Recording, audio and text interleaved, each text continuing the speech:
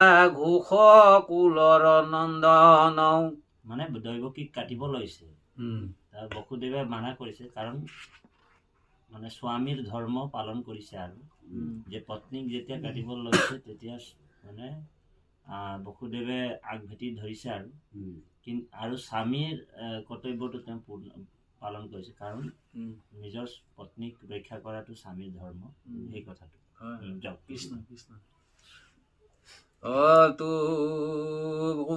তুমি যেন ৰাজা তাক ত্ৰিজগতে জানে, কৃষ্ণ তোমাৰ গুণ কবীৰ সকলে বখানে, কোন হতে ইখানচি তিবে খোজা মাৰ,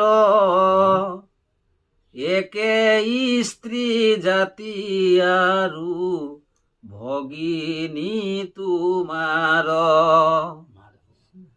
কমনে আচৰে পাপ মৰণ ভয়তে, জন্তুৰ উপজয় মৃত্যু দেহাৰ লগতে, আজি মৃত্যু হৌকনুহি হতে ক অন্তৰে, অৱশ্যে মৰণয়াছয়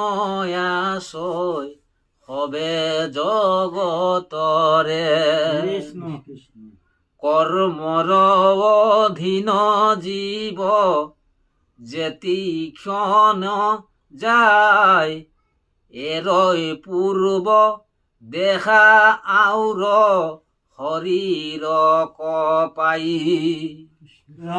যেন জোকে তীৰ্ণ পাইলে এৰৈ আউৰ তীৰ্ণ, জীৱন মৰণ সপনে এৰে নুহি ভিন্ন।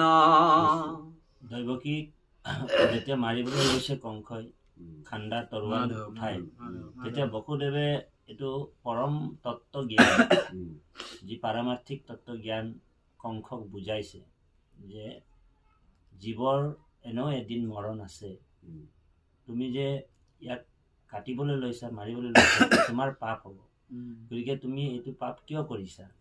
কাৰণ এদিনতো তেওঁ এনেও মৰিব, এই দেহাটোতো এনেও এদিন ত্যাগ কৰিবই লাগিব।